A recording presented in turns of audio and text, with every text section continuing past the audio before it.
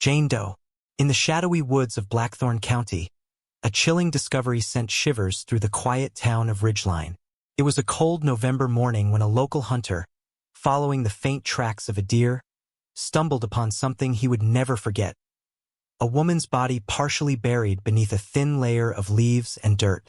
She was wearing a faded green dress, torn at the hem, with no shoes or personal belongings. Her face was serene, almost doll-like, as though she'd been placed there with care. The only distinguishing feature was a silver locket around her neck, engraved with the initials AM.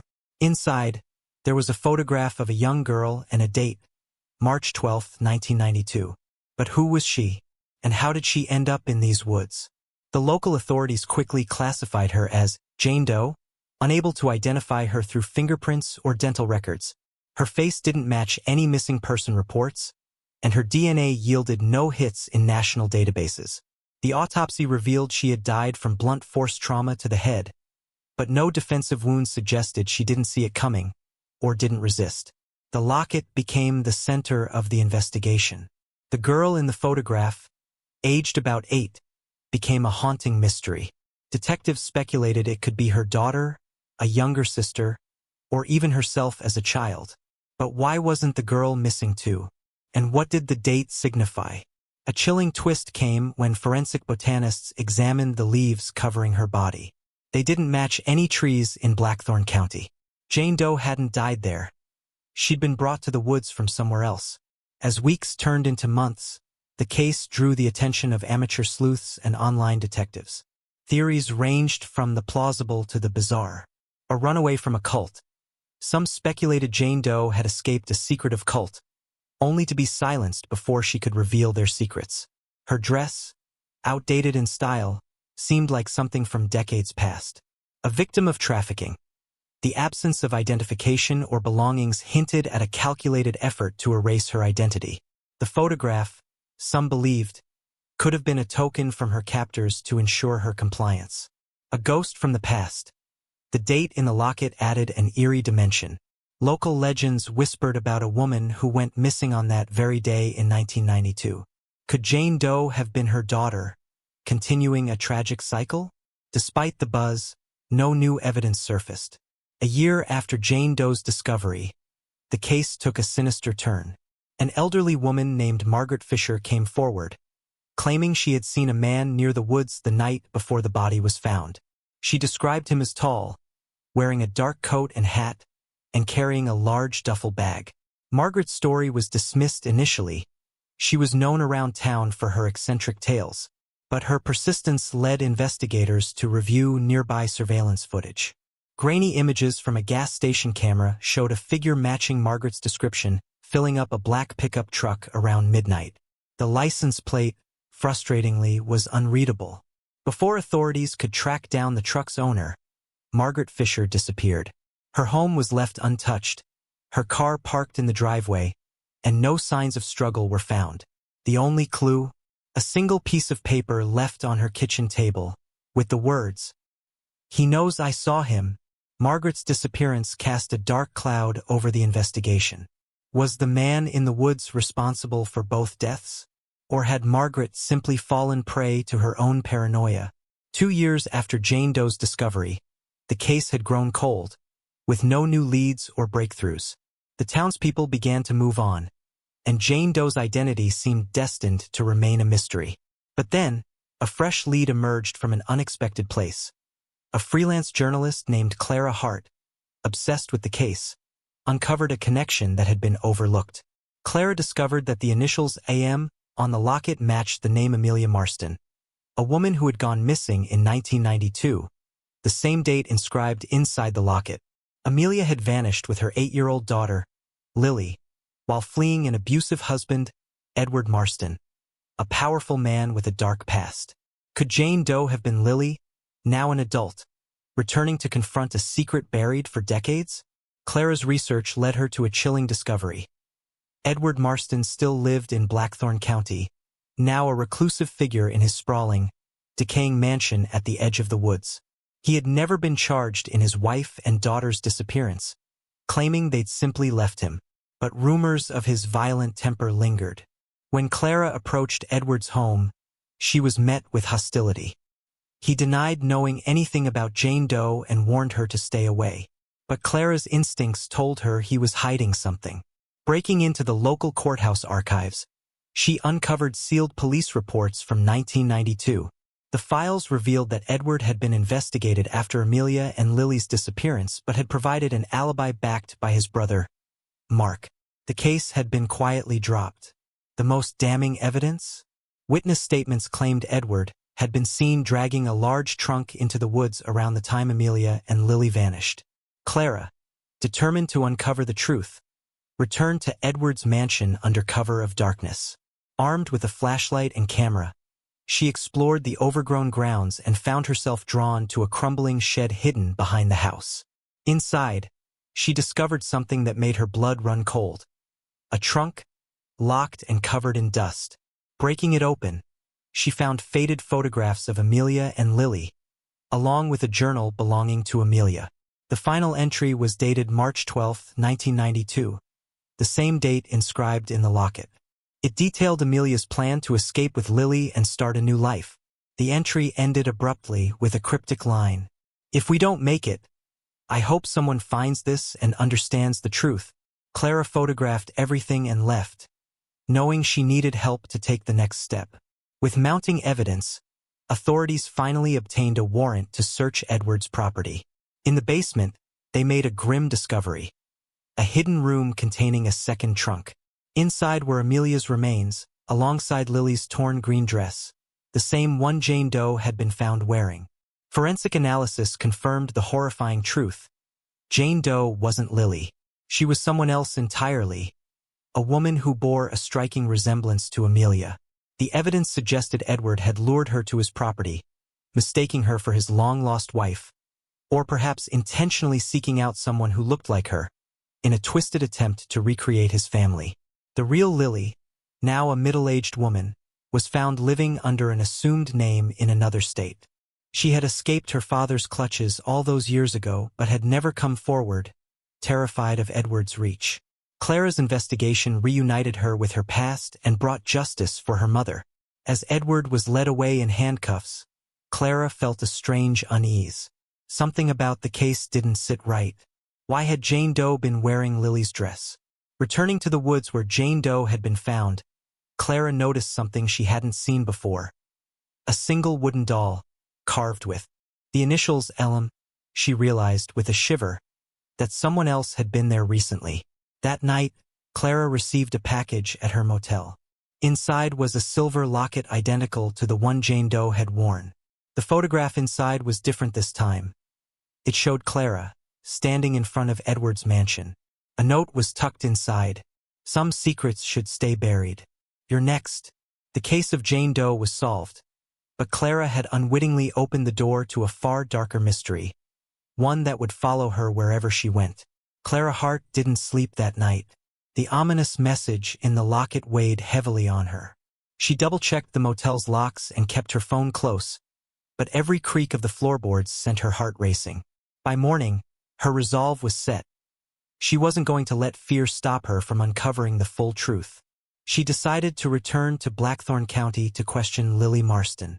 Lily, now a woman in her 40s, had been reluctant to discuss her past during their initial meeting.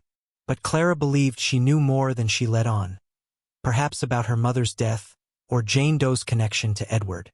Lily agreed to meet at a diner on the edge of town. As Clara slid into the booth across from her, she noticed the fear in Lily's eyes, but also something else: guilt. At first, Lily was hesitant, but Clara's persistence broke through. Slowly, Lily began to unravel a story she had kept hidden for decades.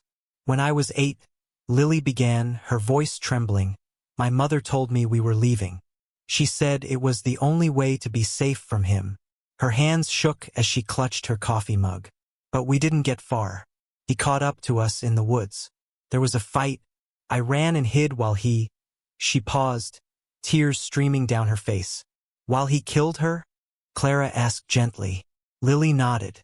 "I thought he'd killed me too. I never went back. I didn't know what happened to her after that. I just ran and kept running." Clara leaned closer. But Jane Doe wasn't your mother. Who was she? Lily hesitated. I think she was someone he brought to replace my mother. He couldn't let go of her. He was obsessed, but he didn't want her. He wanted someone like her. He wanted to recreate the family he destroyed. Clara felt a chill. If Lily was right, then Jane Doe wasn't just a victim. She was part of Edward's twisted plan to resurrect his past. But how did this connect to the wooden dolls and the locket Clara had received? Do you know anything about the wooden dolls? Clara asked. Lily's eyes widened in terror. You've seen them? Clara nodded. In the woods.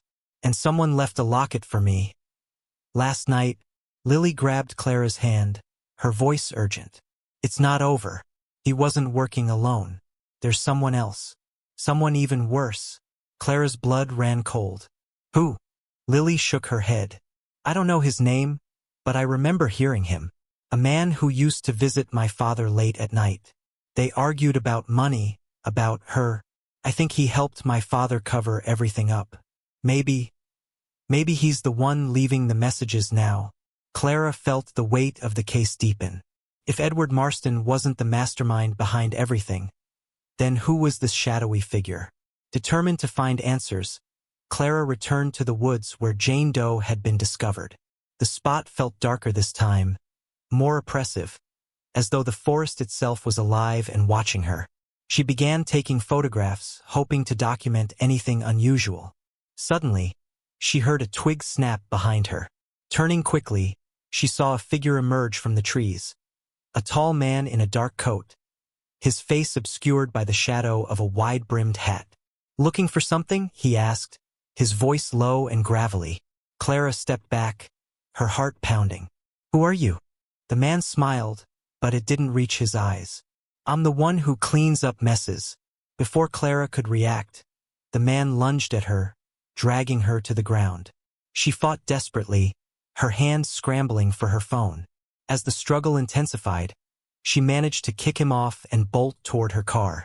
She didn't stop driving until she reached the police station, her hands shaking as she recounted the attack.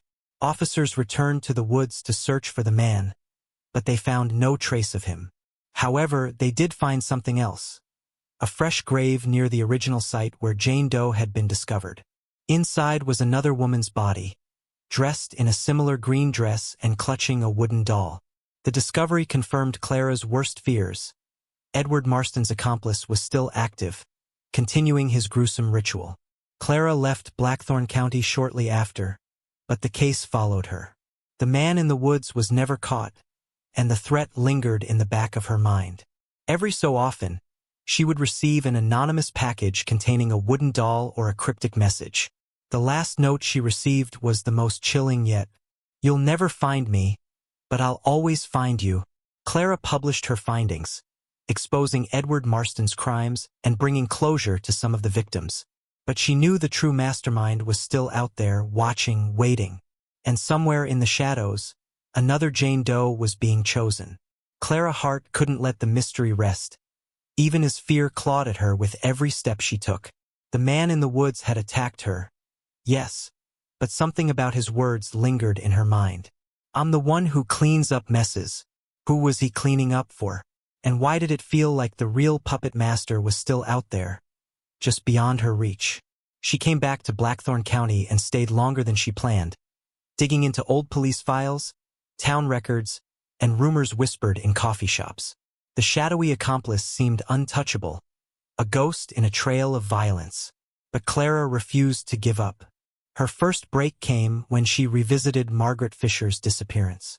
Margaret had reported seeing the man with the duffel bag the night before Jane Doe was found. But in one of her early statements, Clara discovered something overlooked. Margaret had mentioned receiving visits from the town's pastor, Father James Connolly, in the weeks before her disappearance. Father Connolly was beloved in Ridgeline. His quiet demeanor, thoughtful sermons, and dedication to helping the community made him a pillar of the town. Clara had interviewed him early in her investigation, but his answers were polite and vague, offering no insight. Now Clara began to question everything. Why had a respected man of faith been visiting Margaret so frequently?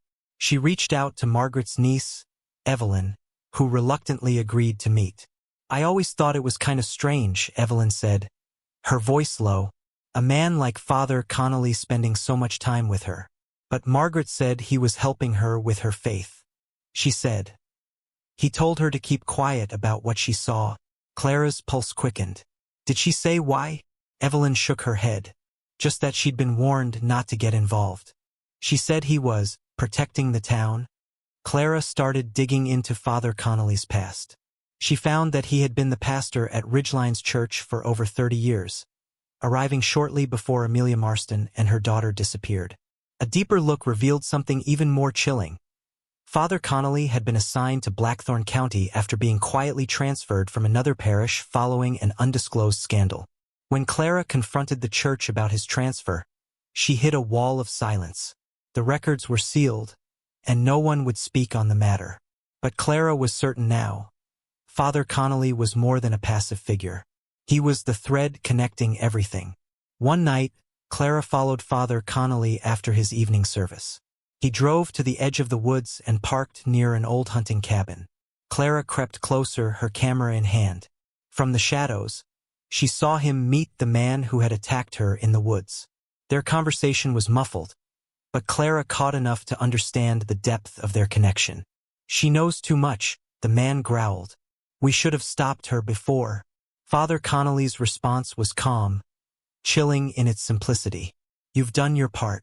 Let me handle the rest. The Lord forgives. But our work isn't finished yet. Clara's breath hitched. She had the proof she needed. But as she turned to slip away, a twig snapped under her foot. Both men turned toward her hiding spot. Clara was dragged into the cabin, her hands bound. Father Connolly looked at her with a mix of pity and menace. I prayed it wouldn't come to this, he said softly. You've been behind this the whole time, Clara spat. Why kill those women? Connolly's expression darkened. You don't understand. This isn't about killing. It's about salvation. Amelia Marston was my first test. A lost soul who needed guidance. When she tried to run from her husband, I stepped in to protect her. But she refused my help. She didn't want your help. She wanted freedom, Clara retorted. Connolly ignored her. Edward came to me afterward, desperate, broken. I helped him cover up her death. But he was a weak man, easily corrupted. He began bringing me women he thought could replace her. I tried to save them, to cleanse their souls. Some resisted. And you know what happens to those who resist. Clara's stomach churned. You're insane. Connolly knelt before her, his gaze piercing. I'm saving this town, cleansing it of sin. Margaret knew too much, just like you do now. But it's not too late for you, Clara. Confess, and I can give you absolution. Before Connolly could act, the cabin door burst open. Sheriff Tom Daniels and his deputies stormed in, guns drawn. Clara had sent a text to the sheriff with her location just before she was captured. Connolly was arrested, his calm mask cracking as he screamed about divine justice. The accomplice tried to flee but was caught before he reached the woods. As the truth unraveled, the town was left in shock. Connolly's network of control extended far deeper than anyone had imagined. He had manipulated Edward Marston, orchestrated the murders, and silenced anyone who threatened to expose him, all under the guise of righteousness. Months later, Clara sat in her apartment, piecing together the final chapter of her story. She had exposed Father Connolly, given justice to the victims, and reunited Lily Marston with the truth about her mother. But something still haunted her. On her desk was a wooden doll she hadn't noticed before, its base carved with the initials Jade. Clara's phone buzzed. A message flashed on the screen. Connolly wasn't the first, and he won't be the last. Somewhere in Blackthorn County, the shadows still stirred.